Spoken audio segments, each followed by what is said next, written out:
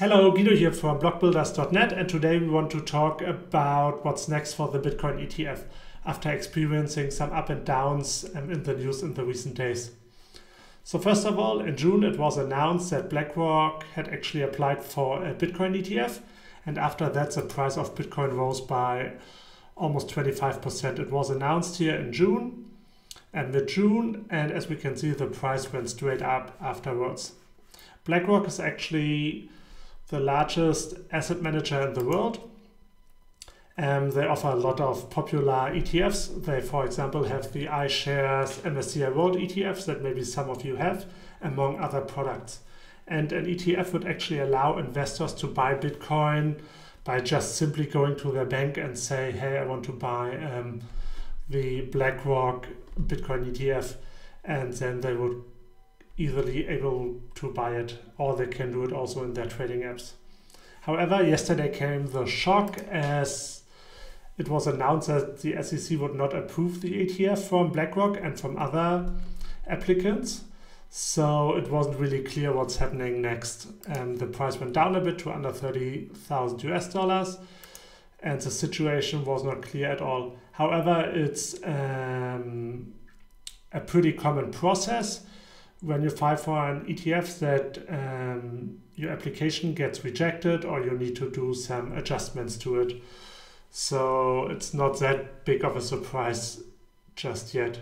They basically just criticized the surveillance sharing agreement. That basically means as an applicant, you have to make sure that the price of the underlying asset, Bitcoin in this case, can be manipulated. And the SEC isn't sure if that's the case with the current applications.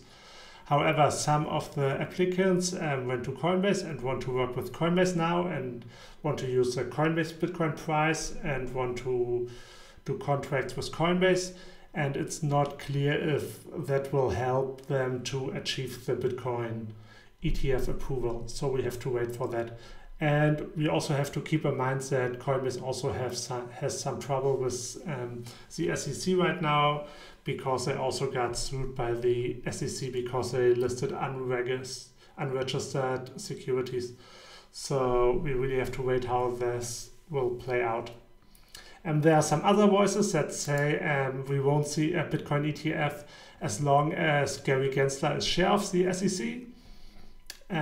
He's also heavily criticized right now in the US, so it's not sure if he will stay there for a few more years or if he will be replaced in the next years or in the next year after the election, so we have to wait.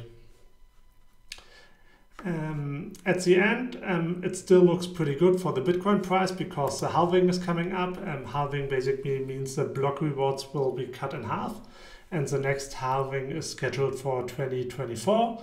And we already had 3 halvings in the past, in 2020, in 2012, 2016 and 2020.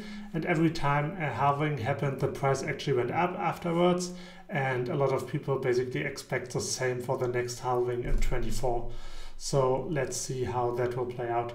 If you have any questions about it, please feel free to use the comments down below. If you find that video helpful, please hit the like button and subscribe to my channel. Thanks for watching.